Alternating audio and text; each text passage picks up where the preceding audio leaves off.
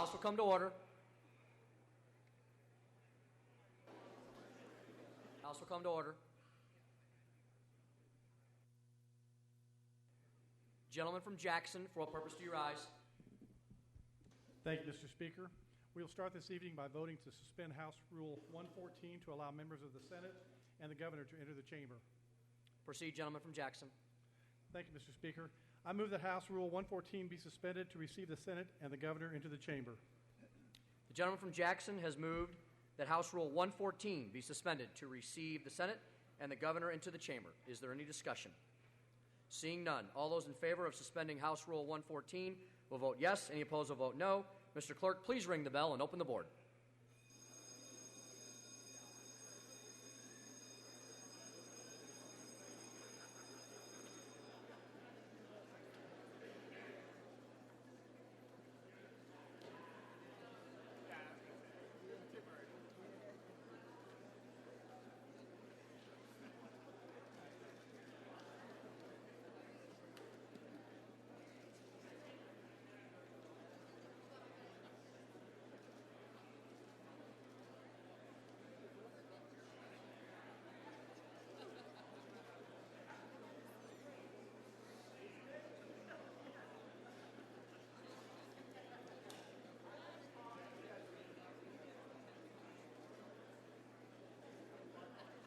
Has everyone voted?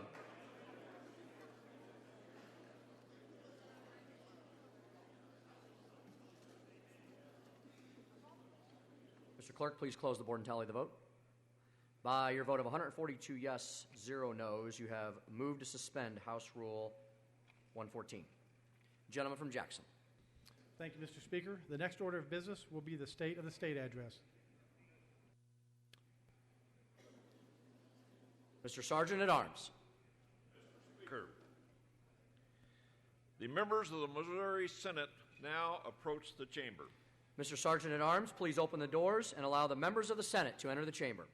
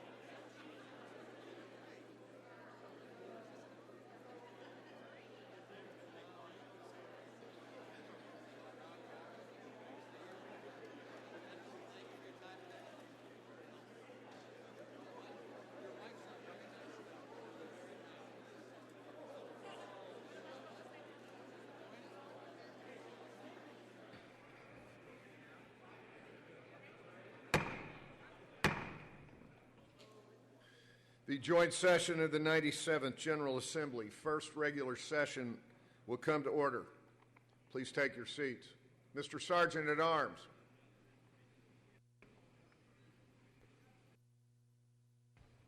Mr. President, the Missouri State Highway Patrol Troop F Color Guard will now present the colors. Mr. Sergeant at Arms, open the door and allow the Missouri State Highway Patrol Troop F to present our colors.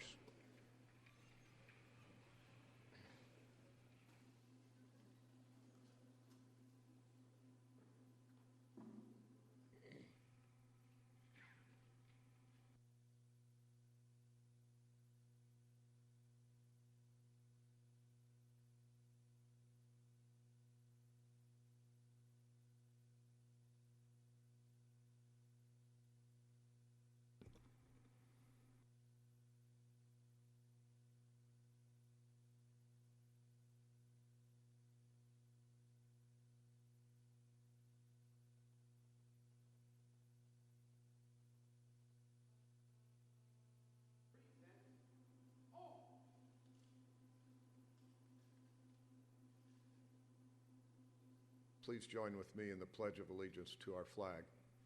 I pledge allegiance to the flag of the United States of America and to the republic for which it stands, one nation under God, indivisible, with liberty and justice for all.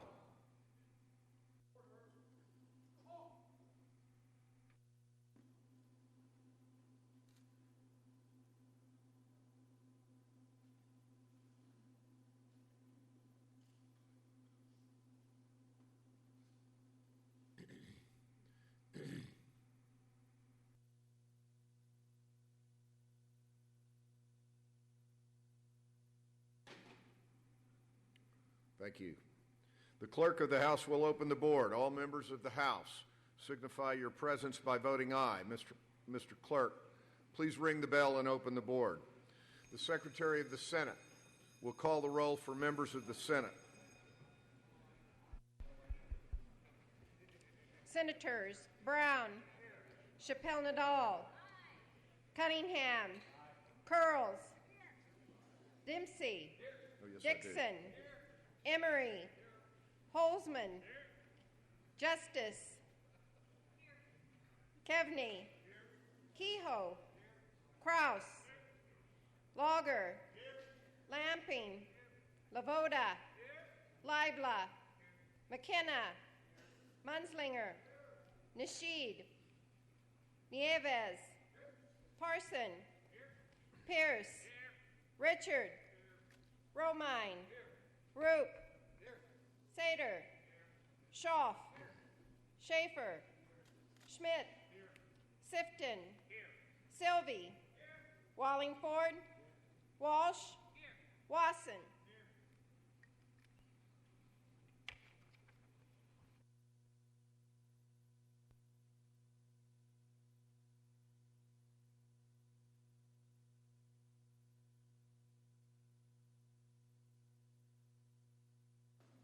Has everyone voted?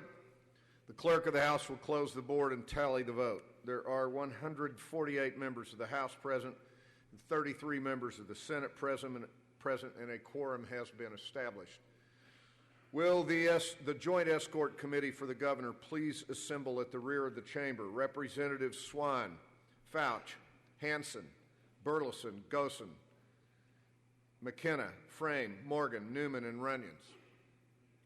Senators Curls, Dempsey, Justice, Cavaney, Kehoe, McKenna, Nieves, Richard, Walsh, and Wasson. I am delighted to be able to introduce our special guests for today. First Lady Georgianne Nixon.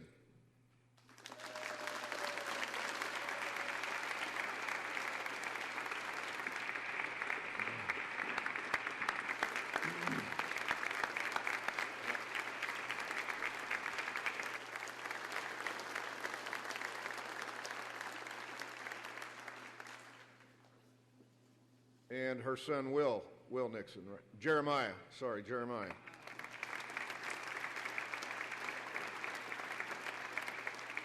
Secretary of State Jason Kander.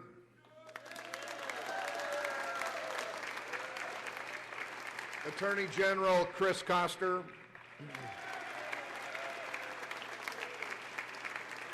Treasurer Clint Zweifel. Auditor Tom Schweik.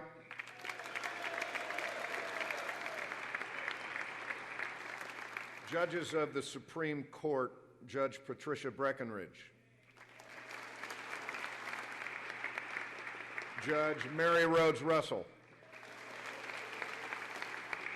Judge Paul Wilson. Judge George Draper III. We also have cabinet members, Office of Administration Doug Nelson. Dr. Agriculture, Dr. John Hagler. Conservation, Robert L. Zemer. Corrections, George Lombardi. Acting Economic Development, Chris Pieper. Elementary and Secondary Education, Dr. Chris Nicastro. Health and Senior Services, Acting Gail Vasterling. Higher Education, Dr. David Russell. Insurance, Financial Institutions, Professional Registration, John Huff. Labor and Industrial Relations, Lawrence Redmond. Mental Health, Dr. Keith Schaefer. Natural Resources, Sarah Parker Pauley. Public Safety, Jerry Lee. Revenue, Brian Long. Social Services, Alan Freeman. Transportation, Kevin Keith. Mr. Sergeant at Arms. Mr. President, the Governor of the State of Missouri now approaches the chamber. Mr. Sergeant at Arms, open the doors to allow the Governor to enter. The escort committee will escort the Governor to the dais.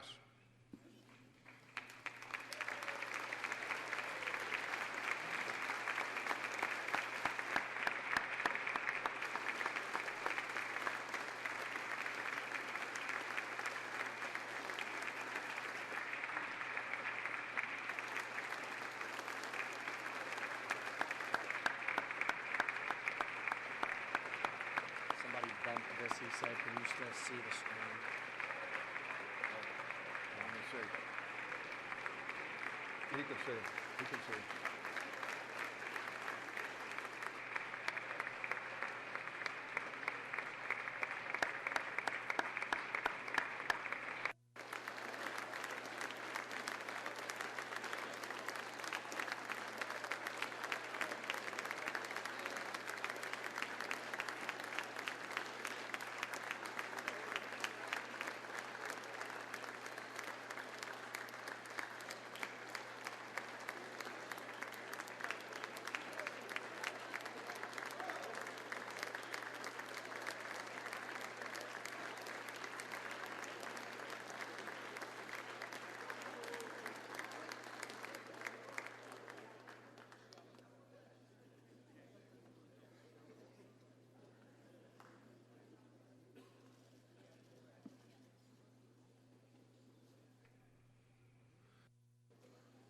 Ladies and gentlemen, the Governor of the great state of Missouri, the Honorable Jay Nixon.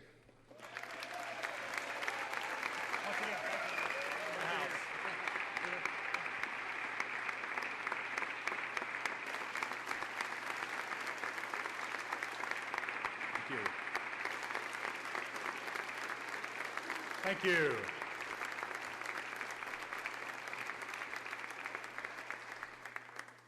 Thank you.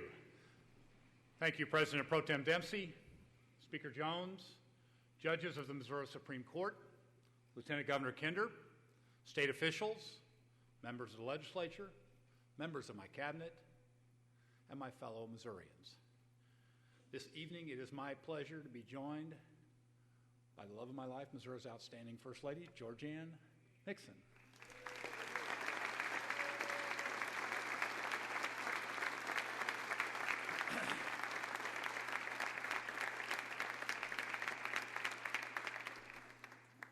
son Jeremiah. Good to see you, Jer.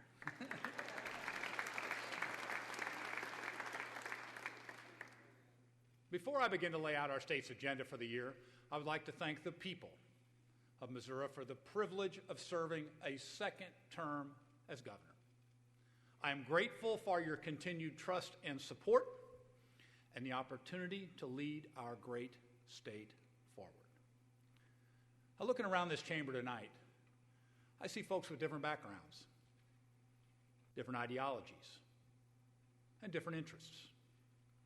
But whatever our small differences may be, we are united in a common purpose: to serve all the people of Missouri, to make their lives better, and to make life better for our children and grandchildren. These past 4 years, Missouri has weathered historic challenges, from nearly double-digit unemployment to the tornado in Joplin. But together, we met each challenge with courage and conviction and moved our state forward. That makes me proud to be a Missourian. That makes me more optimistic than ever about our future. Because the people of the Show Me State know how to work together. And once our minds are made up, nothing can stop us. That's who we are. That's what we do. Now, some who answer the call of service put their lives at risk to protect the lives of others. They serve here at home whenever danger and disaster threaten. They serve in perilous outposts in every corner of the globe to defend our freedom and liberty. We call them heroes. They make us proud. Last December, I again had the opportunity to visit our troops in Afghanistan and Kuwait. One of them is with us tonight. Sergeant Joseph Schicker served with the Guard's agribusiness development team in Afghanistan. Just hours after his team arrived at their base, Taliban insurgents attacked. In successfully repelling the attack, several Missouri Guardsmen, including Sergeant Schicker, were wounded. For his part in the battle, Sergeant Schicker received the Combat Infantry Badge and the Army Commendation Medal with Valor. I personally had the high honor of pinning Sergeant Schicker with the Purple Heart during the ADT's Welcome Home ceremony in September. Sergeant Schicker, you represent every man and every woman who has ever fought to defend our great nation in every era and on every field of battle. Will you please stand with all the members of our military past and present and accept the heartfelt gratitude of your state.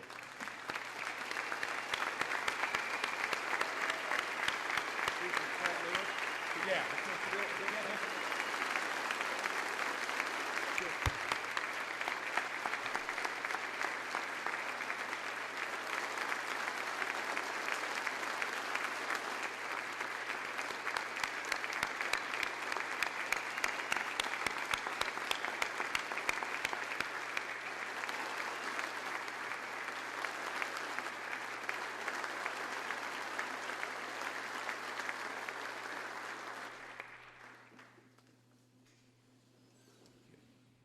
In the last 4 years, we've overcome our share of challenges. Missouri was hit by unprecedented natural disasters. We came together to help our neighbors hit hard by twisters and ice storms, floods, and drought. In the grip of an historic recession, we did what every family in Missouri did. We tightened our belts and cut spending. Together, we balanced the budget while holding the line on taxes. We dramatically reduced the size of state government while making it more efficient. We protected our spotless AAA credit rating, and unlike most states, we did it without reaching into taxpayers' wallets or putting it on the credit card. And you know what? It worked. As a result, our economy is moving forward. Last year, Missouri employers added more than 40,000 new jobs. 40,000. We're exporting more goods than ever before, training more workers than ever before, and bringing Missouri's auto industry back to life.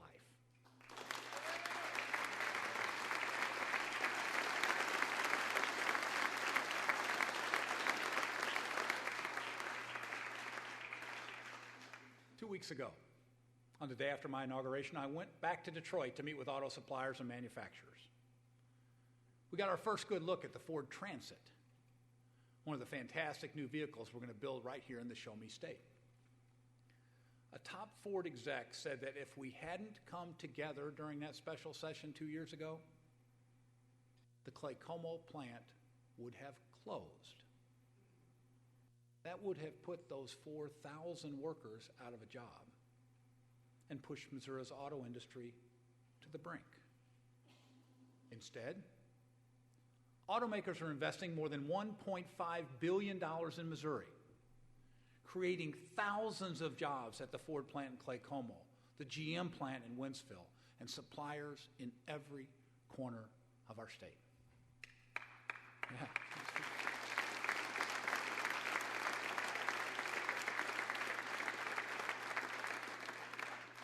By coming together in that special session, we saved Missouri's auto industry.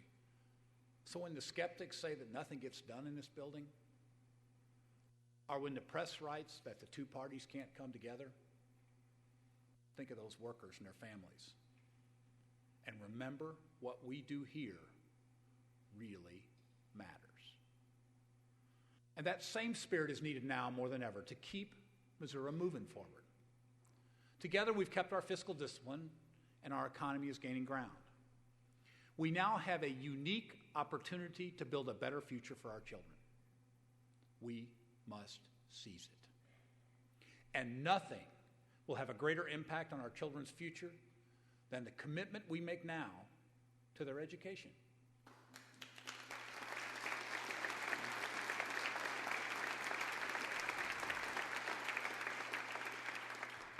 So in my budget, we increase funding for education, and we increase it by $150 million.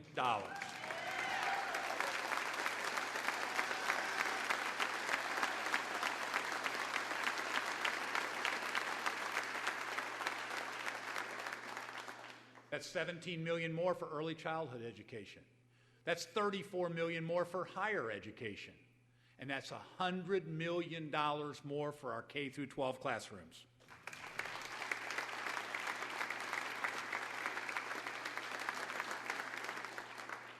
Our children are our first priority.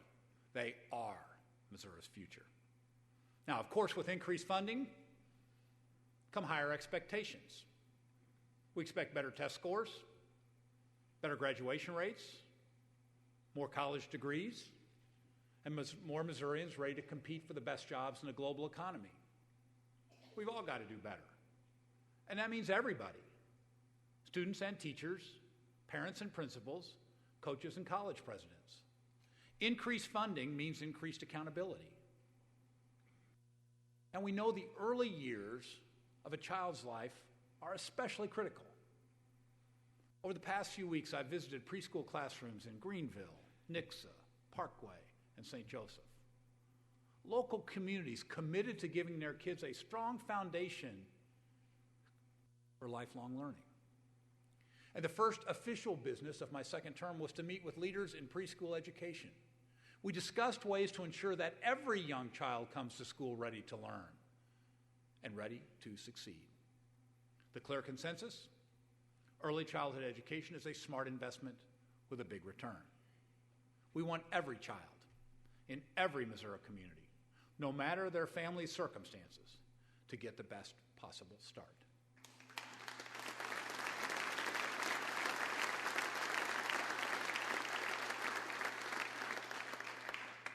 That's why, with that increase of $17 million, we'll more than double funding for our Missouri preschool program and put more money into programs like Early Head Start.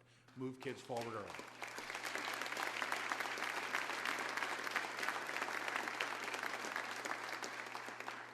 Tonight, we are fortunate to be joined by the St. Louis Preschool Teacher of the Year, Linda Smith of Dewey International School. Joining her is St. Louis Public Schools Superintendent, Dr. Kelvin Adams. Under Dr. Adams' strong leadership, the St. Louis schools have made steady progress over the past 5 years as they work to earn full accreditation. That kind of progress is only possible when everyone pulls together towards a shared goal. Mrs. Smith, Dr. Adams, Please stand. Thank you for your lifelong commitment to our children.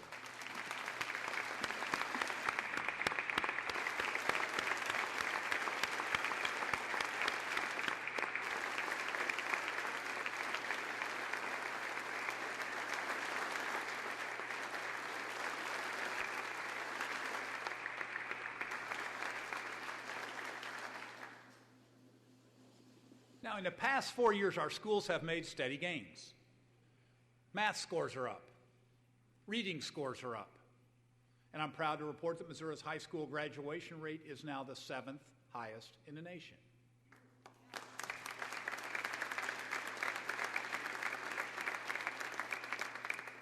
But we must commit to even higher goals. That's why my budget includes $100 million in new funding for our K-12 classrooms. We'll use it to train more teachers, modernize equipment, and lengthen the school year.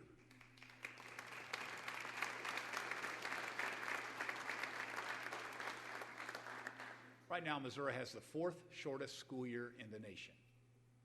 Adding 6 more days to the next school year will give teachers more time to work with their students and give kids more time to learn. But we won't stop at K-12. This year will help even more Missouri families afford college. Now, that's been a top priority of mine since day one. On my watch, we led the nation in holding down the cost of tuition. But the cost of college is still out of reach for too many Missouri families, and too many students who do attend college graduate with crushing debt. That's why my budget includes more than $75 million for our Access and Bright Flight scholarships.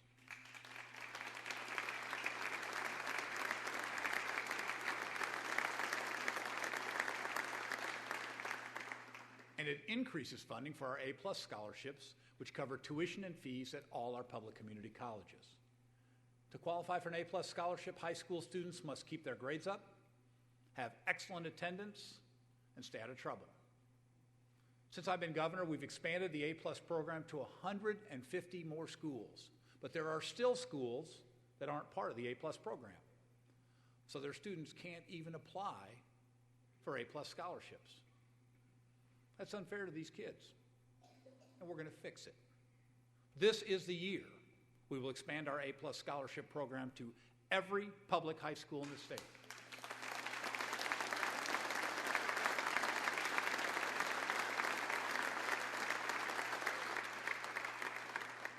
So that every qualified student in this state has the opportunity to go to community college tuition free.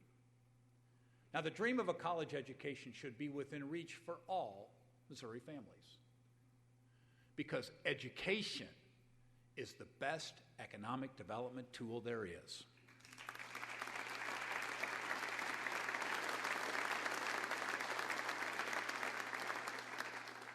While our colleges and universities are doing a great job and graduating more students than ever before, we're also holding these schools to higher standards than ever before.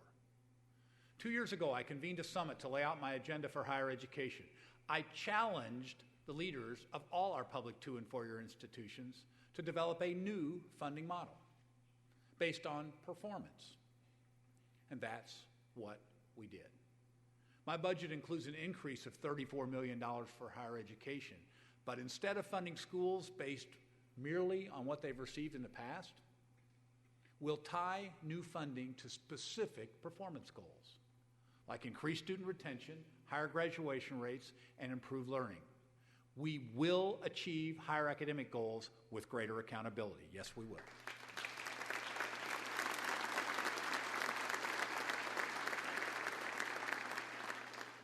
Now, we made it our mission to help more high school students graduate, go to college, complete their degrees, and enter the workforce. That's the traditional path. And I'm glad more students are taking it. But there are nearly 750,000 Missourians who started college but never completed their degrees. They left school, got jobs, started families, moved on with their life. At this point, some of these folks may feel that going back to college is too expensive or too hard to juggle with work and raising kids. I want to change that and help these adult students finish the degrees they started years ago so they can get better jobs and meet their full earning potential.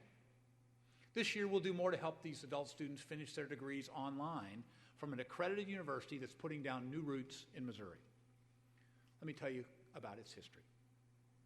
In 1995, 19 governors came together to provide a realistic option to help adult students complete their degrees at an affordable price. They founded Western Governors University, a nonprofit institution that offers bachelor's and master's degrees in 4 areas Missouri employers are looking for: business, healthcare, teacher preparation, and information technology. It's designed to meet the needs of real people with real lives. You can take your tests after work or on weekends or at night after the kids are asleep. Instead of paying tuition by the credit hour, students can take as much coursework as they want for a flat rate. And how quickly you earn your degree depends on how quickly you master the subject matter. You advance at your pace. The point is that with today's technology, we can make it easier than ever for folks to finish their degrees without disrupting their lives and help them move up the economic ladder. In the past 3 years, Indiana Governor Mitch Daniels and the states of Texas and Washington have established WGU in their states. And starting this year, we will begin enrolling students at WG Missouri. We'll be helping Missourians who never finished college, who are underemployed, and who need degrees to move up, reach their full potential. Now, that's a mission we can all get behind.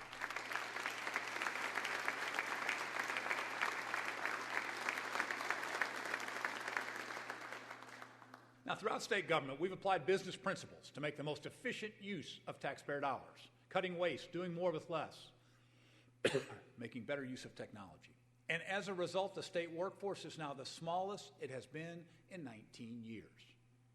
From the time I became governor to the end of fiscal year 2014, we will have reduced the size of state government by 4,500 positions and cut $1.8 billion in state spending. We've sharply cut energy use, sold off surplus property, and reduced lease space. We put more state services online, from license plates to child support. And in addition to applying business principles to make state government more efficient, we must use those same principles to make government more business-friendly. Now, Missouri is already rated one of the top 10 best states to do business because of things like our low tax rates, low workers' comp rates, low energy costs, and strong workforce. But talk to small business owners and they'll tell you there's still too much red tape, too many bureaucratic hurdles. We hear those concerns and we're doing something about it. First, we need to streamline Missouri's economic incentive programs, and there are a lot of them, so that they're easier to use and understand. Second, we need to simplify our convoluted environmental permitting process. Currently, business owners must go to as many as 6 different commissions at the Department of Natural Resources to get permits, and that's before they turn the first shovel of dirt. We need to consolidate those commissions into one to help businesses grow and create jobs.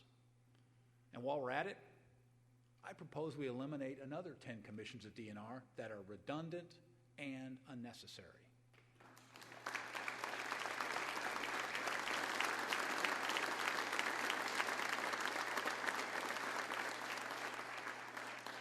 We can take these common sense steps to cut red tape for businesses without backing off our commitment to protecting our air, land, and water, which we will. We also must address the second injury fund. This year, let's work together to solve this issue for the benefit of Missouri workers and employers. This is the year to get that done.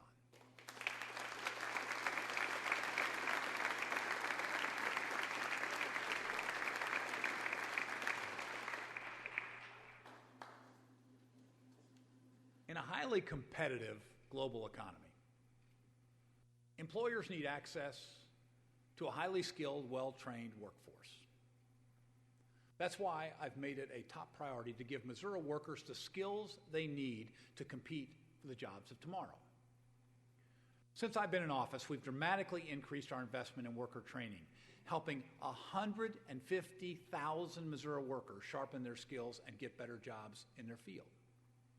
So once again, my budget increases funding for workforce training that's custom tailored to the needs of Missouri employers. Investing in Missouri worker skills, that's real economic development.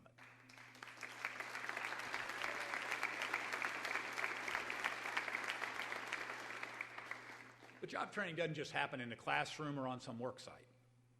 Some of Missouri's best workers got their training serving us in the armed forces. Helping our veterans get work when they come home is not only honorable and patriotic, it's good for Missouri businesses. If you're looking for an employee who shows up early, stays late, works hard all day, and knows how to overcome adversity, hire a veteran. In 2010, we launched Show Me Heroes. We've asked every employer in the state to reach out, recruit, and interview veterans first for new job openings. I'd like to thank all the legislators in this room who helped us strengthen this program by adding job training so our veterans can re-enter the civilian workforce quickly and be even more successful on the job. More than 2,700 employers have signed the Show Me Heroes pledge, putting more than 4,000 of our proud Missouri veterans to work. And tonight again, I call on every Missouri business to go to our website at mo.gov. It only takes a minute and take that Show Me Heroes pledge, because it's not enough to honor and support our service members abroad. We must honor and support them at home with jobs that are worthy of their skills and work ethic.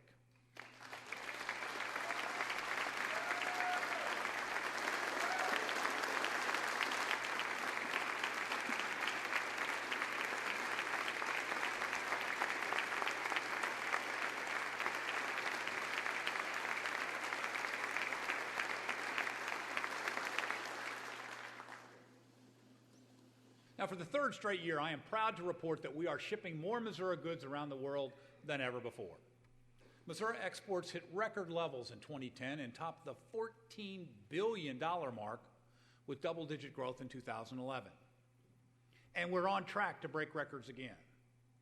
That's because we're taking a proactive approach. In October of 2011, I led a group of Missouri business leaders on a highly successful trade mission to China. We secured agreements to sell $4.6 billion in Missouri goods. In April of 2012, we went to Brazil and signed our first ever trade agreement with the state of Sao Paulo, the financial capital of one of the world's fastest growing economies. And this coming March, I will lead a trade mission to South Korea and Taiwan. We're making this a priority because it's critical for every business in the state, no matter how small, to think globally. Because companies that once only did business with customers around the corner are finding new customers around the world. And when we sell more Missouri products overseas, we're creating more jobs right here at home. That's why my budget includes $2.3 million to enter new markets, expand foreign trade, and help Missouri businesses develop a worldwide customer base.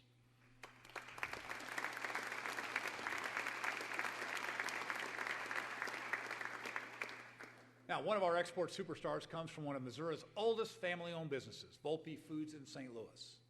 Next time, it's your district. Next time you're in St. Louis, stop by their shop on the Hill. Volpe is a prime example of a traditional business that, with visionary new leadership, has broken the mold.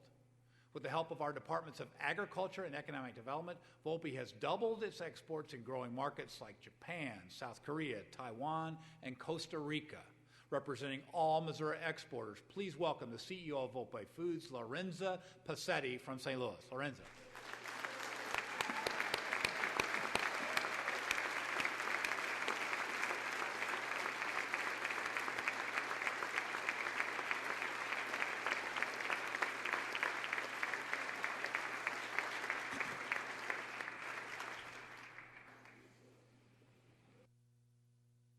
Now, there's no doubt that Missouri is ready to meet the challenges of a global economy. But quite frankly, The biggest economic decision facing our state right now is how to move forward on health care. This isn't the time to reopen the debate or re-argue the merits of the President's health care plan. I had some problems with it, and I know many of you did as well. But Congress passed it, the President signed it, and the Supreme Court upheld it. It's the law of the land.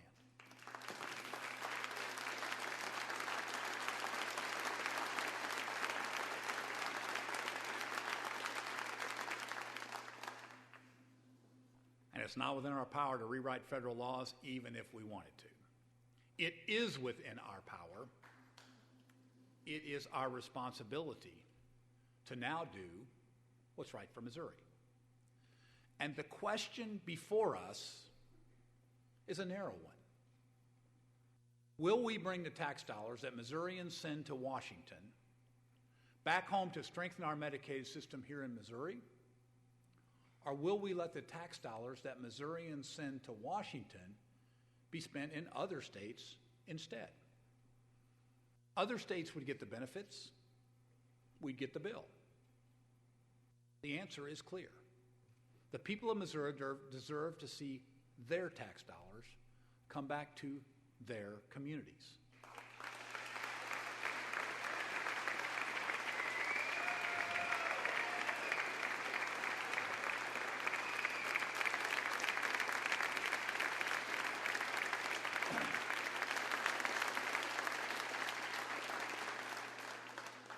Friends, let's put the politics of healthcare aside for just a moment and look at this as a business decision for the state of Missouri. The Missouri Chamber of Commerce supports the Medicaid expansion, not because they're big supporters of this president and his agenda, but because it's the smart thing to do.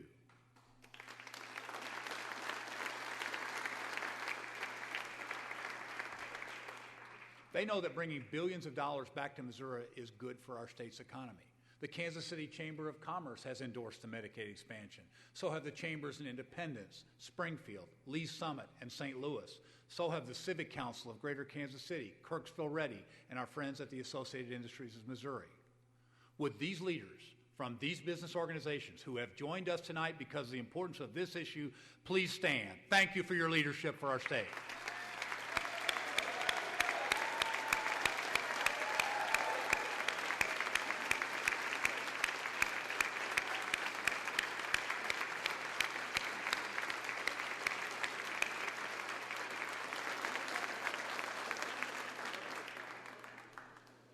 Now, for these business leaders, this is not a political decision. It's an economic one. And we shouldn't let last year's politics get in the way of next year's economic growth. Moving forward with this plan will bring a total of $5.7 billion to Missouri for the first 3 calendar years at no additional cost to our state. The University of Missouri estimates this will generate an additional 24,000 jobs, and that's just in 2014. We're talking about good jobs for nurses, doctors, pharmacists, therapists, and medical technicians. Strengthening Medicaid will strengthen our economy. Without question, it's the smart thing to do.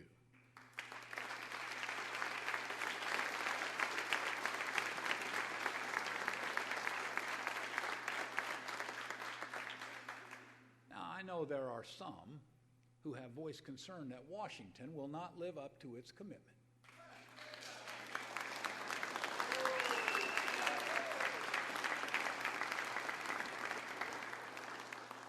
Let me address that directly. I support including a provision that rolls back the Medicaid expansion if Washington doesn't honor its financial commitment.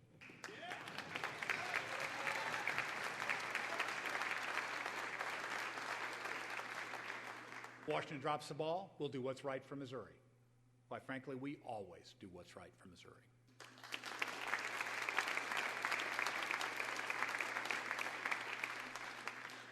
And there's a human element to this that just can't be ignored. A stronger Medicaid system will make health care available to 300,000 of our friends and neighbors.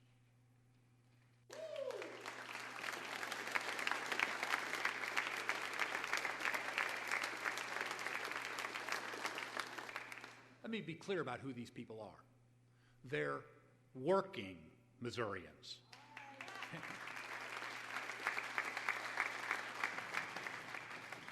Folks who work day and night, but simply can't afford health coverage. These are not people who aren't trying or hoping to game the system. They're folks we see every day. Some holding down 2 jobs just to make ends meet. We're talking about a family of 4 with a household income of roughly $32,000 a year. They wait tables and clean office buildings. They cut hair and trim trees. They work in factories and repair cars and trucks. Making it easier for these hardworking Missourians to get basic health insurance, that's the right thing to do.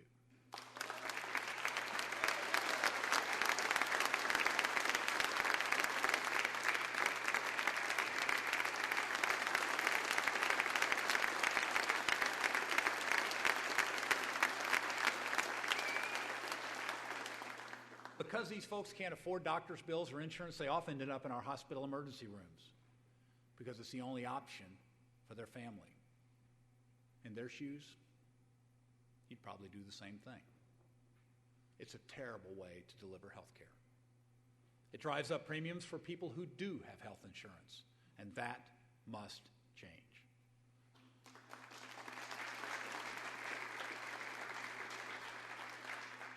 I'm well aware this is a tough issue politically. But across the country, we're seeing governors and state legislators put politics aside to do what's undeniably best for their states. Republican governors in places like Arizona, North Dakota, New Mexico, and Nevada are using federal funds to strengthen their Medicaid systems. Not because it's the easy thing for them to do politically, but because it's the right thing to do. Here in Missouri, we must make the smart business decision, the right human decision, and bring the tax dollars we send to Washington back to work here in Missouri.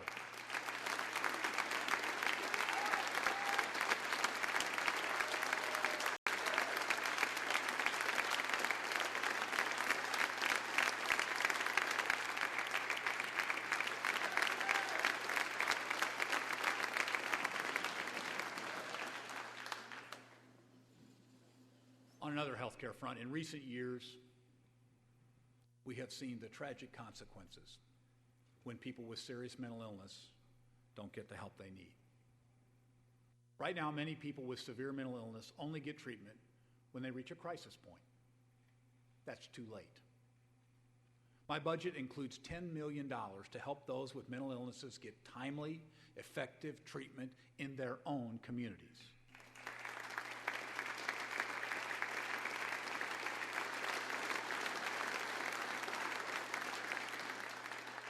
That money will be used to provide more services in our community mental health centers, increase mental health first aid training for professionals so they can recognize the early warning signs of mental illness, train law enforcement in mental health crisis intervention, and teach families how to care for loved ones who suffer from severe mental illness.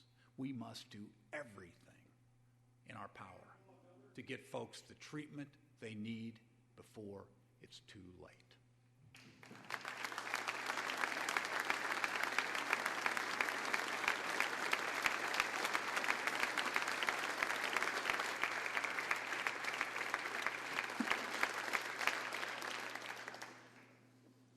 Each day in our state and across the country,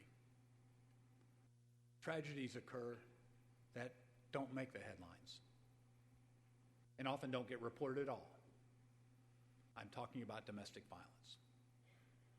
Last year, our network of shelters for victims of domestic violence provided safe haven for thousands of women and children. But thousands of others were turned away because the shelters were full. We know that battered women are at greatest risk when they make the courageous decision to leave an abusive partner. Finding shelter can literally make the difference between life and death for these women and for their children. That is why my budget includes a 29% increase in funds to provide more beds, more treatment, more safety at domestic violence shelters throughout our state. No child, no mother who has been the victim of domestic violence should ever be turned away and left to fend for themselves during these moments of crisis.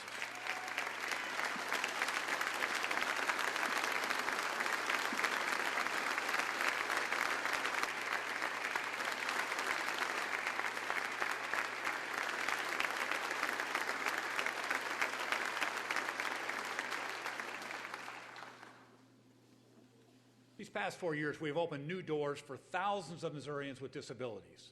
I'm passionate about this work, as I know many of you in this room are as well. Together, we passed landmark legislation in 2010 to ensure that children with autism get the medical care they need. Issues like this transcend politics. And now thousands of youngsters are getting the therapy that just a couple of years ago their families couldn't afford. We will keep moving forward by funding training for more therapists to help even more children with autism lead happier, healthier lives.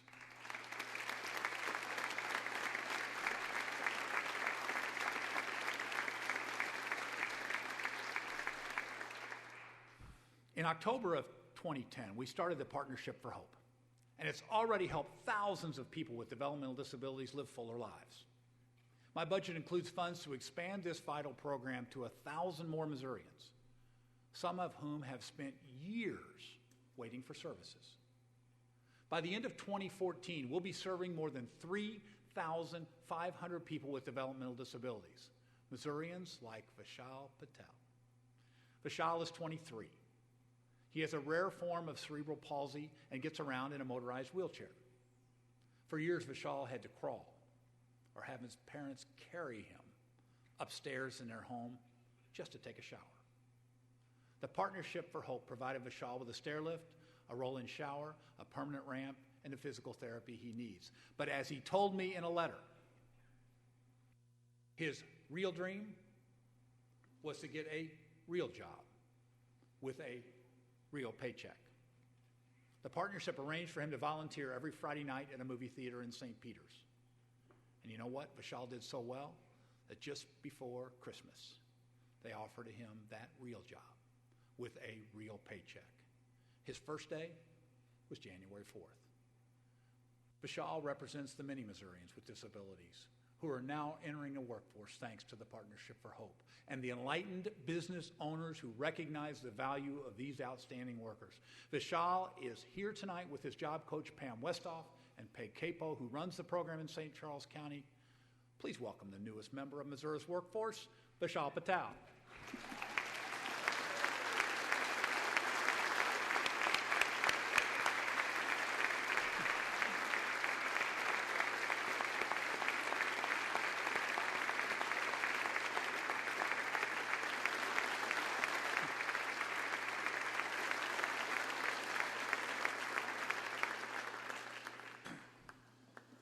At the start of my speech, I spoke about unique opportunities and the importance of seizing them. With our perfect AAA credit rating intact and interest rates at all-time lows, we now have a unique opportunity to move forward with a bond issuance. It would allow us to modernize our K-12 classrooms and college research labs, mental hospitals, and state parks. Some of our state's most important buildings need long overdue improvements, including this one. Interest rates today are about half what they were in 1995 when Governor Carnahan issued bonds, and about a third of what they were when Governor Bond did the same in 1983, when interest rates were more than 8%. But the bond issue must be focused on our state's most pressing needs, and we must have a way to pay for it. When we talk about our state's long-term needs, nothing is more important than our schools.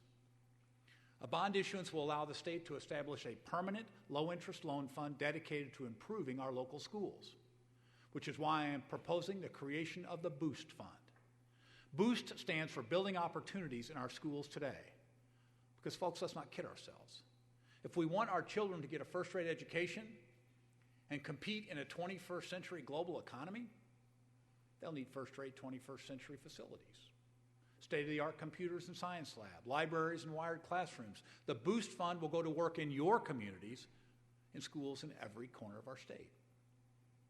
Now, in addition, a targeted bond issuance will provide funds for cutting-edge university research facilities in areas critical to our competitiveness, such as engineering, math, and science.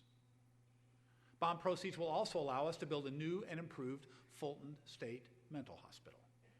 We have a moral responsibility to these patients and their caregivers to provide the best possible environment, one that is safe, secure, and conducive to healing. Bonds will also pay to upgrade accommodations in our state parks. It's an investment that will have a big impact on tourism. And tourism is big business in Missouri. Last year, Missouri welcomed 36 million visitors, pumping nearly $11 billion into our state's economy. But we can do even better. Updating our cabins and lodges and building brand new top-of-the-line facilities at our most popular parks will create jobs, help our economy, and make our parks an even bigger draw. Our 87 state parks and historic sites are a priceless legacy that belongs to all of us. Hunting, fishing, hiking, and camping are part of our Missouri way of life. Investing in Missouri state parks today will help preserve our outdoor heritage for our grandchildren and their grandchildren.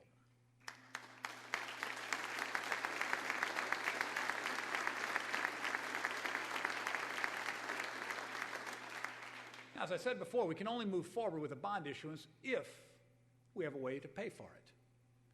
Saying we'll figure it out later won't work. That's not how we became a AAA state. The way to pay for the bond issuance is to finally get our tax credit system under control.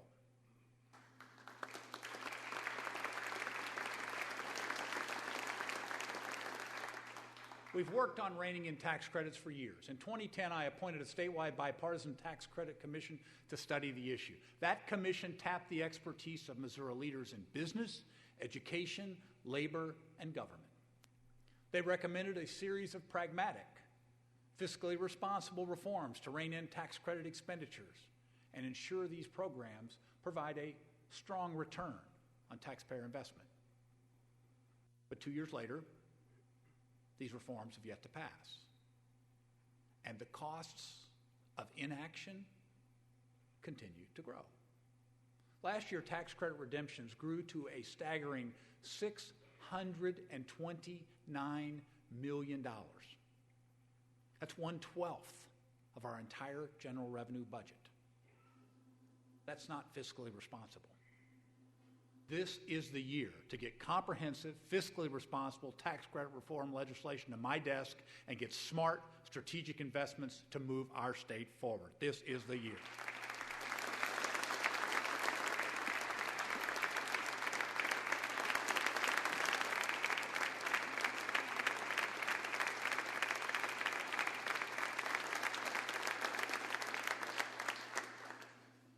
Now, but all these ideas and proposals I outlined tonight mean very little if the people of Missouri lose faith in the system.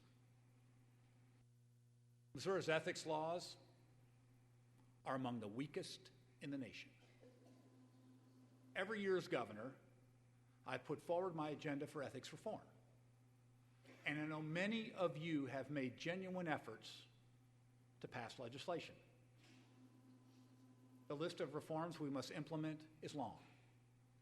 Everything from curbing committee-to-committee transfers to banning office holders from doubling as paid political consultants to finally closing the revolving door between the legislature and lobbyists. All things we must do. But above all, the single most destructive force to our system is the unlimited sums of money pouring into the campaign accounts of candidates seeking public office. We must reinstitute strict campaign contribution limits.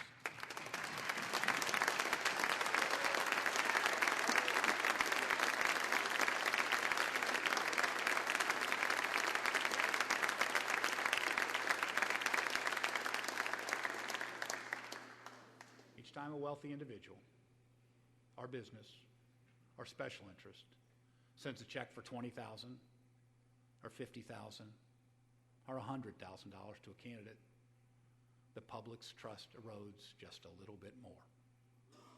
And eventually, if we continue on this path, there will be no trust left at all. Now, I've led the fight for campaign contribution limits for many years. As Attorney General, I stood before the United States Supreme Court and successfully argued in support of Missouri's contribution limits.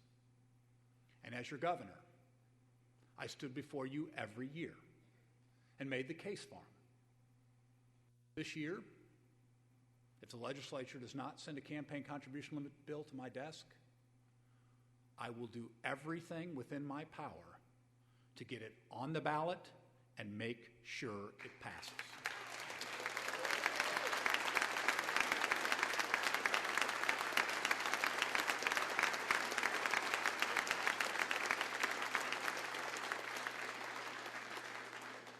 People of Missouri have voiced their opinion on this matter already at the ballot box, and their support for contribution limits was overwhelming. We all know it would pass again. Let's work together. Let's get it done this session.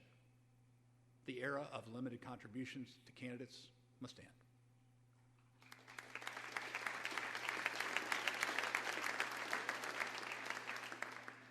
These past 4 years, we've been faced with some historic challenges. By working together, we've tackled them head on and made great strides in the Show Me State. We've kept our fiscal discipline, balanced the budget, and put strict cost controls in place throughout state government. And as a result, our economy is making solid, steady progress. The signs are everywhere. Businesses large and small are hiring again. Missouri's unemployment rate has been lower than the national average for 40 consecutive months. New building permits are up, personal income is up, and wages are up too. And now we're in a position to make smart, long-term investments that will boost our children's academic achievement, protect Missourians' health, strengthen our workforce, improve our quality of life, and create prosperity for generations to come. We have unique opportunities before us. Now is the time to seize them. Just 2 weeks ago, I stood at the steps of this Capitol and spoke of my vision for the future of our beloved state. A future where all our children can get an education that prepares them to compete for the best jobs in the global economy. Where the brightest minds in science and technology advance the frontiers of human knowledge. Where business and the arts flourish. Where the bounty of Missouri's farms and fields will feed, clothe, and power the planet. And where the natural beauty of our state is preserved and cherished for all time. That future is ours to build. And we can only do it by working together.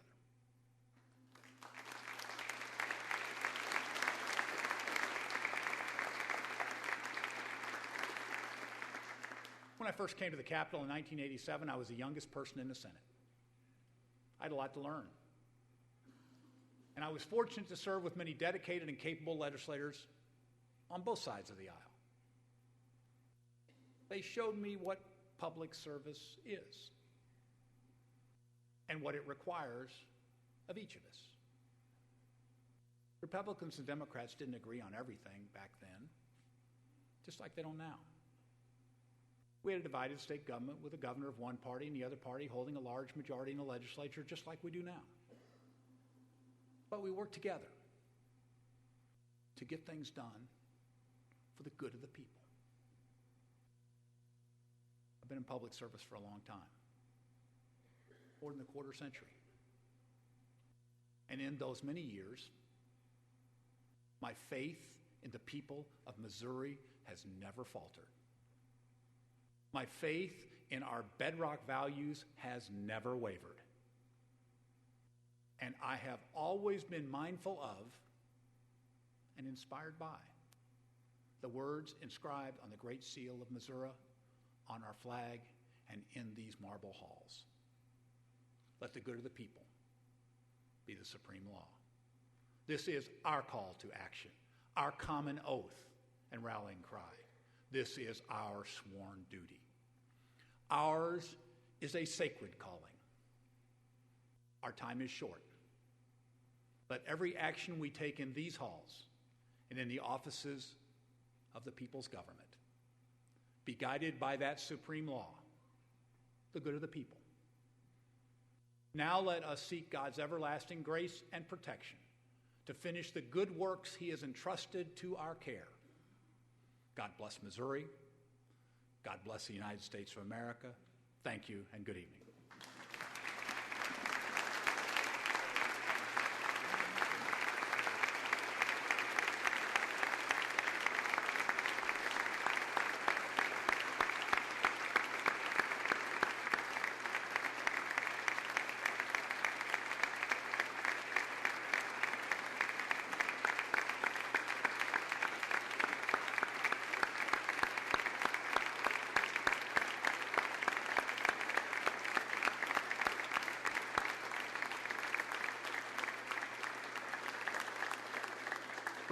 Will the escort committee please escort the governor from the chamber?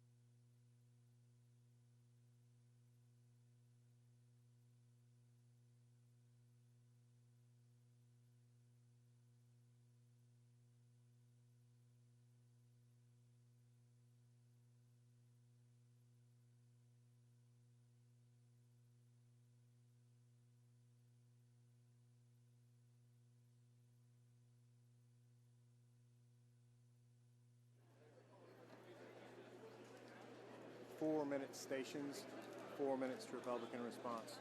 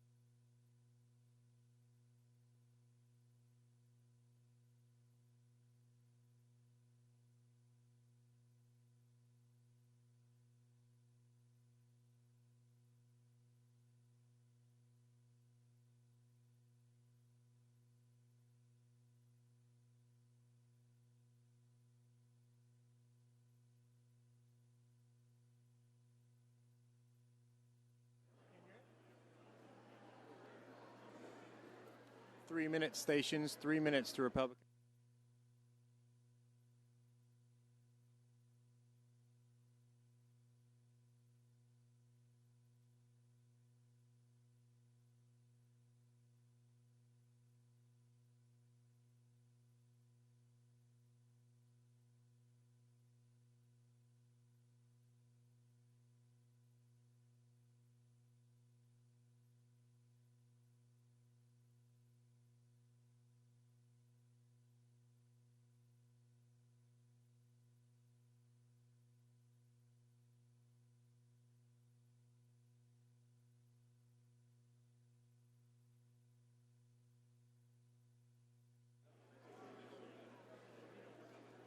Two-minute stations, 2 minutes.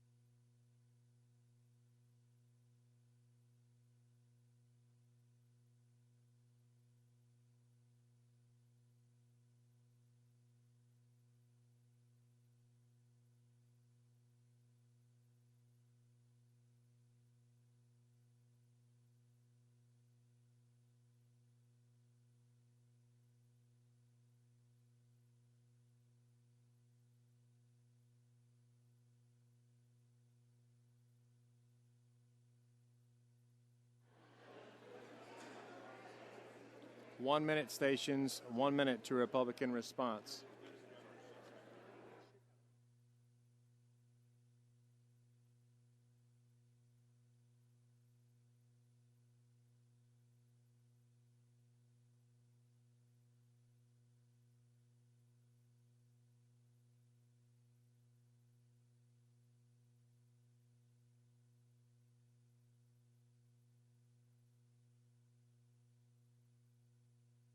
Seconds. 30 seconds, stations, 30 seconds. Not doing any good. Turn me up one last time.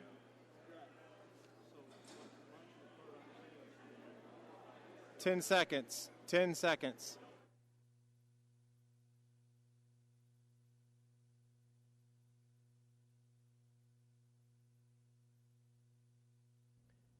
Good evening. Thank you for joining me.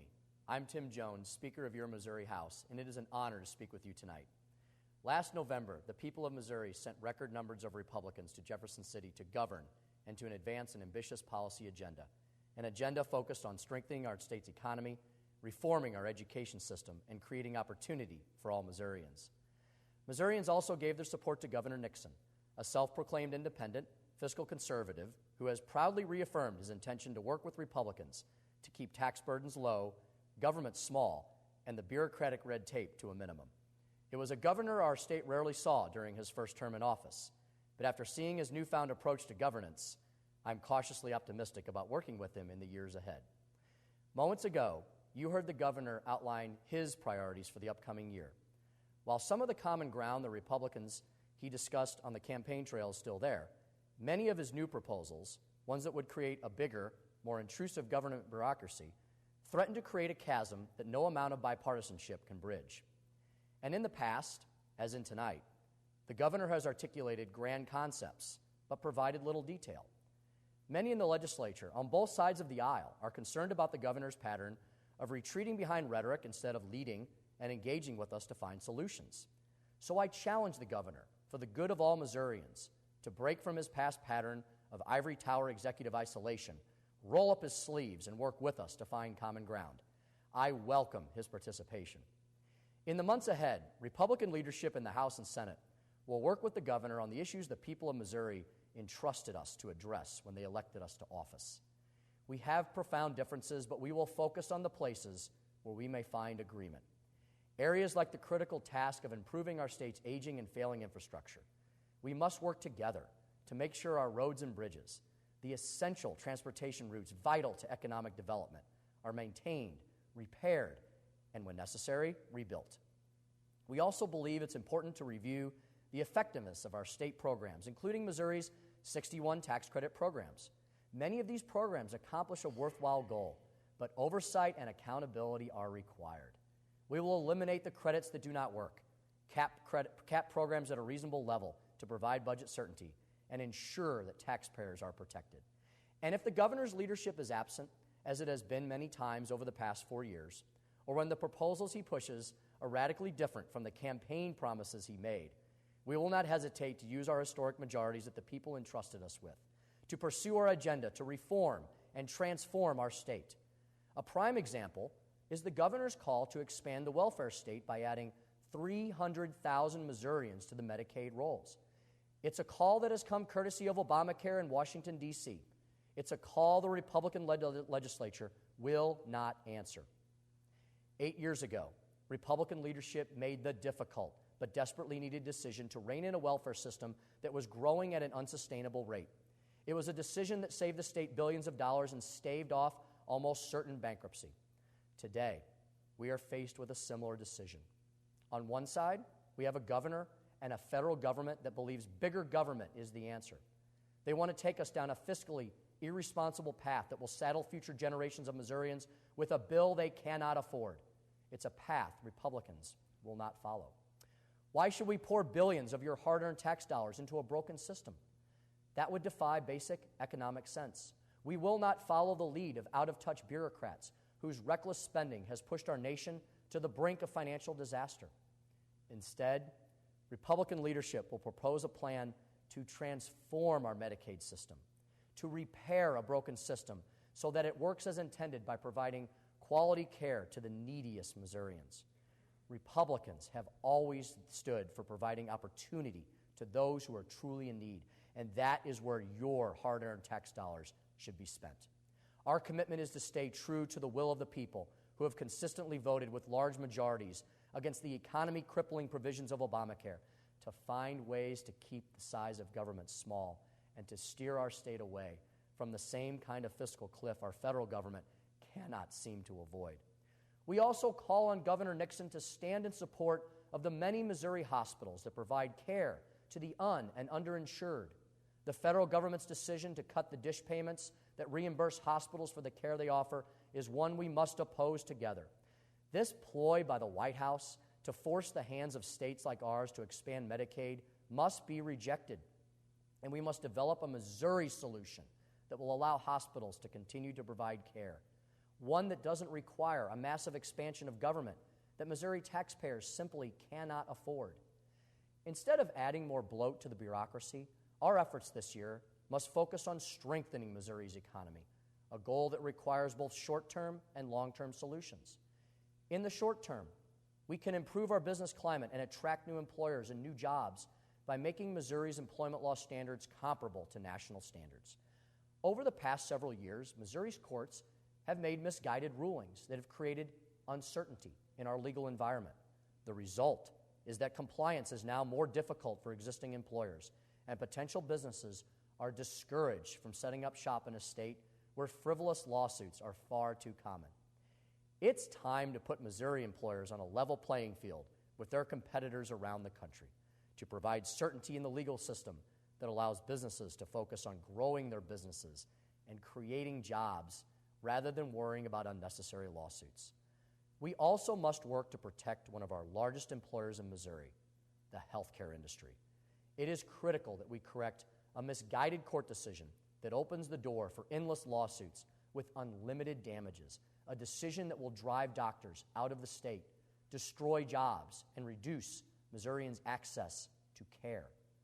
One of our top priorities for this legislative session will be to reform our medical malpractice system so we can close the floodgate of lawsuits that threaten to drive the cost of medical malpractice insurance through the roof and, of course, increase the cost of care. Last year, Kansas enacted sweeping tax reforms that made their state extremely attractive to business and upheld their medical malpractice protections for their healthcare industry. These are the latest shots in what has been a prolonged and successful effort to poach Missouri companies and Missouri jobs, the ongoing economic border war. And if we do not respond to these very real threats, the war could turn into a rout. So we must immediately review our tax code and enact fiscally responsible policies that ensure we remain competitive with our neighboring states. We must also begin steps to secure our future. We must protect our state's education funding and give parents, teachers, and school boards the tools they need to ensure the Missourians of today are prepared for the jobs of tomorrow. It would be short-sighted and irresponsible for Missouri's leaders to place the temporary benefits of entitlement funding ahead of lasting benefits of education. Yet that is exactly what Governor Nixon has done over the past several years. With each speech he has made, the governor has promised the people of Missouri that he will put education first. But as his rhetoric has been replaced with reality, Missourians have seen just how empty his promises are. Each year, it has been the legislature that has shown real leadership on the vital issue of education. In each of the last 3 years, we've sent the governor budgets that placed an emphasis on funding both K through 12 and higher education. Each year, he has responded by withholding millions of dollars from our schools. It was last year the governor asked us to take our funding for K through 12 education to record levels, which we did. At the same time, he asked that funding once again be cut for higher education. The legislature, despite an incredibly difficult budget, made a commitment to not only provide record levels of funding to our elementary and secondary education system, but also to reverse the $106 million cut the governor had proposed for our colleges and universities. And how did the governor respond to our decision? By withholding more than $9 million, effectively cutting higher education funding for a third straight year.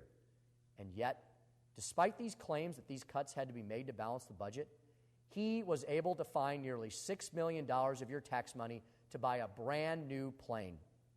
Pledging your commitment to our children and then failing to support them flies in the face of good governance and leadership. Missouri children, our future leaders, deserve more. When it comes to leadership on the issue of education, Governor Nixon's been absent and actively worked against the legislature's efforts to invest in what he claims is his top priority. What's worse, this has happened at a time when Missouri's two largest school districts are failing, as our universities are struggling to find ways to prepare our young people for the jobs of the future. Our children, whether they're born in Springfield, St. Louis, or Sedalia, Kansas City, Camdenton, or Cape, Poplar Bluff, Palmyra, or anywhere in between, deserve access to the highest quality education. But our schools will not be able to provide this level of education if their funding is consistently slashed to the bone to fund an ever-increasing, bloated entitlement system full of waste, fraud, and abuse. Our antiquated, overly bureaucratic system is the antithesis of innovation and excellence. Teachers should be rewarded for their performance and encouraged to boldly engage in the technological innovations that will create the highly skilled workforce of tomorrow that we so desperately need. Finally, we must work to ensure that parents are provided the opportunity to be involved in their children's education. Education cannot just begin and end at the schoolhouse door. It must continue at home, and parents should take an active role in ensuring their children are learning what they need to succeed. This can be accomplished by providing parents more power to intervene in failing school districts and force the necessary changes to ensure access to an effective education. This year, we also must work to improve and better fund our system of mental health. Families across Missouri and across our great nation continue to mourn the loss of the young people at Sandy Hook Elementary who were taken so tragically from us. Our thoughts and prayers continue to be with the families who suffered through this difficult time. But the solution to prevent such tragedies from happening again in the future does not involve trampling on the Second Amendment rights of our citizens. Instead, we must place an emphasis on creating a mental health system that makes care accessible and effective so that those who might do us harm have the opportunity to receive the kind of help that can put them on a path to triumph rather than tragedy. You can count on Republicans to develop policy solutions that will protect your children, but also protect your rights as Americans.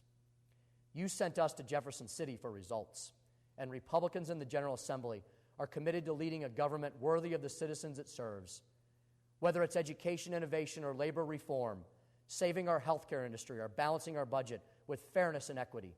The truth has no agenda, and the challenges before us shall require bold leadership and transformational ideas. And if our governor is not up to the demands these times require, your General Assembly is prepared to provide the leadership that is so desperately needed. While our counterparts in D.C. may believe that government has all the answers and that bigger government is better, here in Missouri, we believe that government is not the ruler of the people. It is the people who should rule over their government. Only then will all the people find the freedom and opportunity that will lead them to prosperity. In the coming months, I look forward to working with my colleagues in the Senate, and I hope to work successfully with Governor Nixon to achieve the vision I have outlined this evening, restoring our infrastructure, strengthening our education system, and creating a job-friendly, pro-growth business environment.